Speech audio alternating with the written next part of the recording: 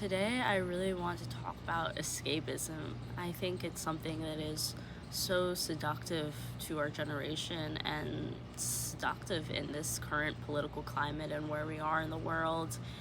And I think now more than ever, it's important to escapism, and to connect with everything around us and with the earth and with the people and remind ourselves, what is truly important.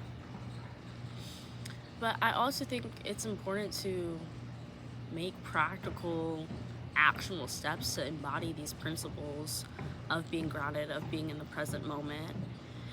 But it's hard when sometimes we believe that existing is all that's necessary, when existence feels like the divine requirement, that as long as your body is here and on earth, that you're alive. But I think that we owe it to ourselves and to to realize when it's so hard down here, this is why we're here, because it's hard, because it's not always easy, that there are lessons to be learned and opportunities to be had and places where we can grow and foster and lift each other up. And we can't do that if we're trying to escape reality. We can't do that if escapism is what's calling our name. We have to be the ones to call out another name, to shout out reality, to shout out present moment, to shout out groundedness. I think that once you become aware, that's when you become a participant. That is when you awaken to your fullest potential. Until then, you're just a prop on someone else's stage. But you are more than that. You have potential to become a dancer, become an actor, become a performer. You are an artist on a cosmic stage, in a cosmic production that has been spanning across space and time. And once you awaken to this brilliant notion, I believe that you awaken to your full potential. You unfurl. This is where growth happens. I escape through reading, through fantasy, through magic, but magic can exist here on earth. And I mean that in the practical sense. Like, if you want magic, go explore Wiccan, go explore witchcraft. Like, there are people that actually believe that they can cultivate real magic in the world. But if we don't step outside our comfort zones and explore people, we'll never find that connection with that person that could really bring magic into our lives. To these other stories, these myths that surround us, live through other people and live in our history. And that is where we ground to reality. We have to acknowledge these things around us, but also acknowledge these things that live within us. And I don't believe you have to prove anything to the universe. The universe lives outside of time. She omnisciently knows you fully, wholly, all beautiful and imperfect parts of you. You only have to prove it to you. If you want to be here, if you want to make a change, if you want to grow, the only person that needs to know that you're capable of doing that is you. And once you realize that, the world is your oyster. We have forgotten that we're in a dream and that we need to awaken. We need to wake up. I remember when I was 4 years old, I got into this car accident, and it wasn't like a terrible accident, but I was so small and I busted my head. And I had to go to the ER and get stitches. And just because I was so young, they put me under anesthesia, and I remember just like being squeezed and going through this small yellow tube, and at the top was this bright light, and I swear I was 4 years old. I was like, I'm going to heaven, I'm going to die. And I don't even know if I knew about that stuff at that age. But I remember I couldn't breathe and realizing I no longer needed to. And in reality, I was nowhere near dead, and this was just a dream. But I think that's when I first awakened to this greater notion of the meaning of life. I think there is a cosmic meaning. I do think that we're all down here to learn a lesson, to learn something. But I also think that we find meaning within ourselves. we each have our own meaning, or each have our own purpose, and that can only be fostered within you. That can only come from the seed that lays dormant within you. And your mission now, if you haven't already, is to unfurl that seed, to let it grow, to let the roots sink down into earth and bloom into a flower, into a tree, to be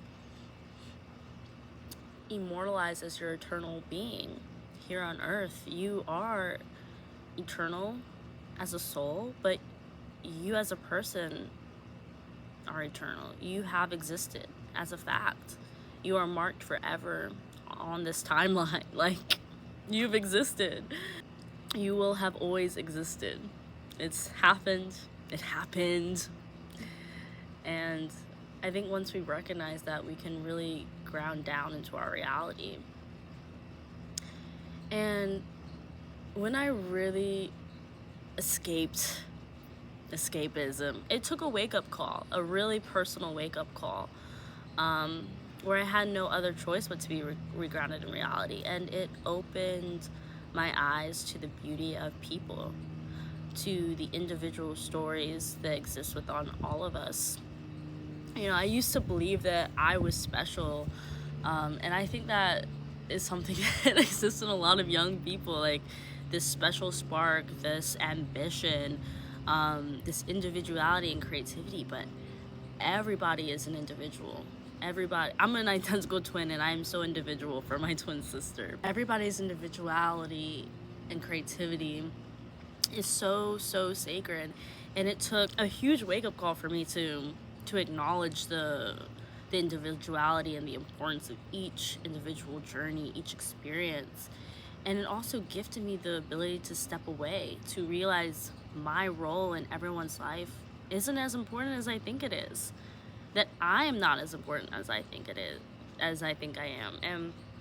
And that was freeing as much as it was grounding.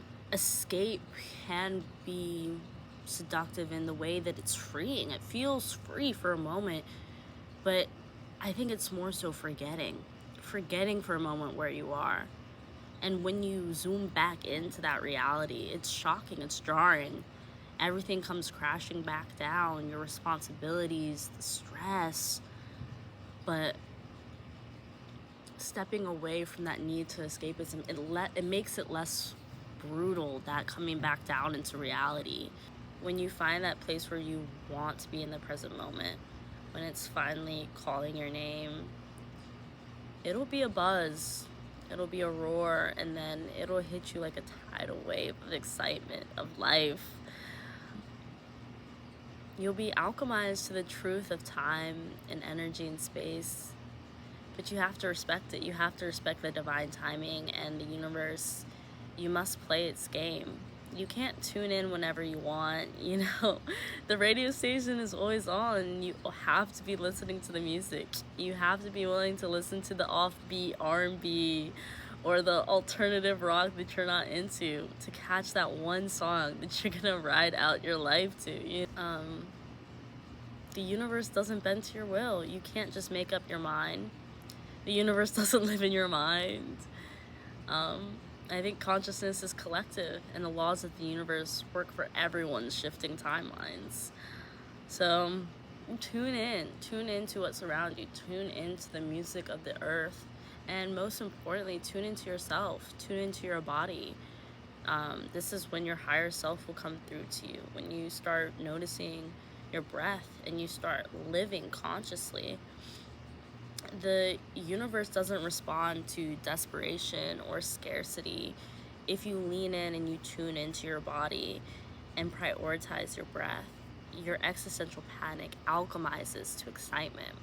You have the ability to transmute energy, to change your vibration. So just to leave you with some actionable steps you can take to escape escapism and to ground and tune into reality, check out breath work. Check out meditation. I do meditation just 10 minutes a day. I know when I get really excited or panicked, I tune into my breath, just in, out. There's some ones that are like in for 4, hold for 4, but check out that type of stuff.